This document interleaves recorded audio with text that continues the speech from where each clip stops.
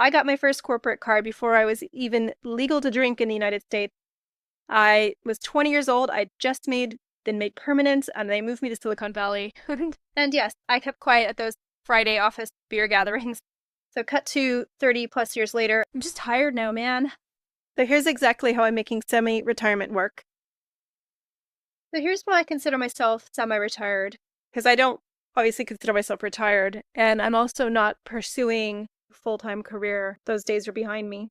I'm also not contributing to my retirement pot right now. So as long as it doesn't go down dramatically, I feel like I'll be okay for income in retirement. But in the meantime, I need to keep earning money. Because one of the things I haven't totally figured out yet is housing in retirement. I'm going to probably have to live somewhere different, not the USA, not the UK, somewhere much more affordable. If there's anywhere affordable by then. The good thing though is I'm not financially responsible for any home base right now. So that gives me a lot more flexibility, which is super helpful. And I don't want to just float around. I want to be quite intentional about the places I go to. I need to use my brain. I like to be challenged. I have hobbies as well, and I don't want to just fully lean into those. I feel like I need to make the most of the time and my skills that I've developed over the years. I want to be in that sweet spot where it's a mix of my passions and where I can earn money, and as well as just, yeah, having regular income. Here's the mix that is going to make that possible. First, we've got to talk about the travel. I don't consider myself a slow traveler, but I also am not a fast traveler. I'm kind of somewhere in between. If you follow the retirement travelers, they talk about this time of their life as the go-go years, as opposed to the slow go versus the no-go, which is hopefully many, many years away. So I'm in my go-go years. So I do want to explore and see what I can. Right now, because of my low income, house sitting is my preferred accommodation. I'm not suggesting this is what I want to do forever. Hopefully not, but it's pretty sound arrangement. Works for me, particularly in the expensive countries. So I've been in the UK for the last 11 months. So within a country, I try not to move around too much. I think the sweet spot for me is about 3 to 4 weeks in one location. Although, sometimes you just have to take what you can find. So sometimes it ends up being a week or something like that. So in between house sits, I'm roughly 50-50 on either being in a hotel or staying with friends. It really depends on where I am in the country at that time. To say I'm well overdue for a longer trip abroad. I did spend last winter in the UK, and I don't want to do that again. Yeah, obviously, I've had my fair share of winters. I've lived in the UK for more than 20 years, but yeah. If I can, I choose to do winter elsewhere. So, for example, sure, I was there doing some family history research, and that was phenomenal as an opportunity that I never had in the past because I was always tied to a job down south. Yeah, highly recommend it. And I have a trip to Germany coming up. I'm looking forward to that. So in terms of the income mix, I'm aiming for 50% income from the things that I'm really passionate about. So for me, that's going to be things like YouTube and the work I do on Substack. I'm very much interested in Airtable as a tool, as a technology for setting up and running your own research programs. On the passion side, I have YouTube and I have Substack, and I also have my interest in doing Airtable consulting. And right now I'm aiming to do the genealogy and the Airtables consulting together because it's a great way to track lots of data-heavy information. This channel, Simpler Living Lisa, it is monetized. I'm going to see where it can take me. I have a few ideas, but right now it's just kind of an outlet. My other channel is called Ancestor Audit. It's a baby channel, and I'm going to be uploading more tutorials on using AI and Airtable for managing your family history research. And then I also have my Substack, also branded Ancestor Audit, and I try to publish weekly. It doesn't always happen. So those are the fun, passionate projects that I can hopefully monetize. And then on the other side, I have my virtual assistant work. I probably do 20 hours a month. No, that's not right. 20 hours a week. It varies. Sometimes it could be like 10 hours a week. So right now that ties me to working around a UK time zone. So, I mean, maybe eventually I want to be able to work more flexibly. So we'll see what happens there. But yeah, for now, I'm very grateful and all good. When I did a video breaking down what I spend and what I'm earning, so that's fairly recent and you can check that out as well. So then we have the frugality side of things. So one of the best things for me to do is to preserve the money that I already have in my bank account. So for me, that means I'm cooking it a lot at home. I'm cooking like from dried beans and lentils and things like that. I don't mind. I'm not vegetarian, but I don't mind the frugal aspect of it. And I still eat meat, but it's just not like something I try to do every day. So that's yet another reason why the house sitting works for me, because it always comes with a fully stocked kitchen. And then the other thing that's been happening is I've been suffering from gastroesophageal reflux disease. And I feel like I've had it for a really long time, but I had a recent flare up. So I'm actively managing that. I need to sort that out. So one of the best ways is diet, but also reducing your stress and all of that. So, well, I think I've figured it out, but I can't say I've overcome the situation yet. But in terms of like what I eat, definitely, and I've had to cut down on things like coffee, chocolate, alcohol, and point is they're quite expensive things. So it actually works out pretty well.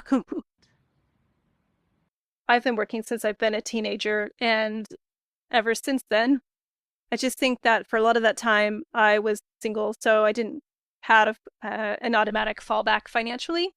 So I knew that whatever I needed to do, I had to be able to support myself. So I'm very proud of the fact that I have been able to support myself this whole way.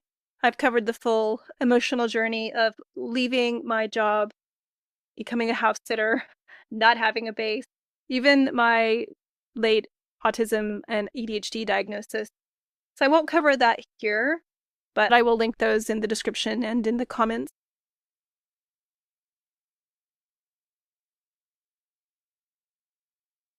My actual takeaway for this video is that none of the travel or the income mix works if you're still comparing yourself against your old identity, your old career identity, that is. You have to replace it with something, not just remove it or push it aside. For more than 20 years now, I've known that my purpose is family history research and doing genealogy. I love it.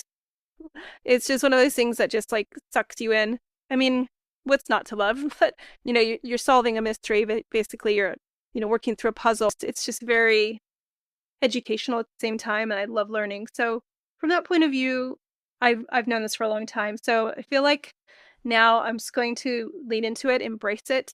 And that means I do need to let go of my old researcher identity from the corporate software side. So that's what's filling up my space now. I'm going to be working on that a lot. So that's what's going to be occupying my time when I'm not working as a virtual assistant. I just want to make sure this part of my life is a success. So I'll be focusing on that. And I'll be setting up these projects that can also bring in some income. I just moved my storage unit from West London down to Surrey, and it just means I'm not saving any money by it being there, but it's just a little bit more handy, and I'm positioned that I'm closer to friends and whatnot. So that's happened. I was always one of those people that was dead set against having a storage unit, but now that the difference is this is everything, what remains of what I own. So I don't want to give that up. I think it's quite nice to have a stash to keep the things that I'm not going to be carrying with me. In terms of deliveries, that's been an ongoing struggle as someone without a base, got a permanent address. I have, a friend, I have all of my posts going there and I get deliveries sent there. So yeah, we've just arranged a very exciting delivery. You'll be hearing about that in due course. So medical care, that's been another slight challenge, not because of the NHS, just because of the fact that your GP is tied to your residential address. So yeah, it just means I have to plan ahead and Thankfully, oh my gosh, thankfully, there's so much that can be done now with to the telephone and through the NHS app. Yeah, I don't feel like it's such a problem. I feel like if this was well, let's just say pre-COVID, this would have been much more challenging because they used to like to see you in person. So, in fact, the NHS app, it lets you change your pharmacy. And so I probably every time I need a new batch of HRT, which is every 3 months, it's a different address with a different pharmacy. So, hey, what you gonna do? So the other reality for myself and other nomads is that the planning ahead aspect. So for me, that's house sitting. I have a pretty sophisticated setup. I have strategies for different searches. Some are more open depending on where I want to be in the future. And then I have more time focused searches, specific to dates that I'm free. So I see a sit that I like, I apply. Hopefully they want to talk to me. And yeah, I mean, almost always, when they talk to me, they'll end up giving it to me. I have a lot of 5-star reviews now, so feels like, thank goodness that's less of a challenge now. Fitness has long been one of my challenges, and I'm not athletic. In fact, I believe I have something called dyspraxia, which is really common for people autistic, neurodivergent, shall we say. And it's basically manifests itself as a lack of coordination and kind of like eye-hand coordination, spatial awareness. So yeah, not fun. Also, I am slightly hypermobile.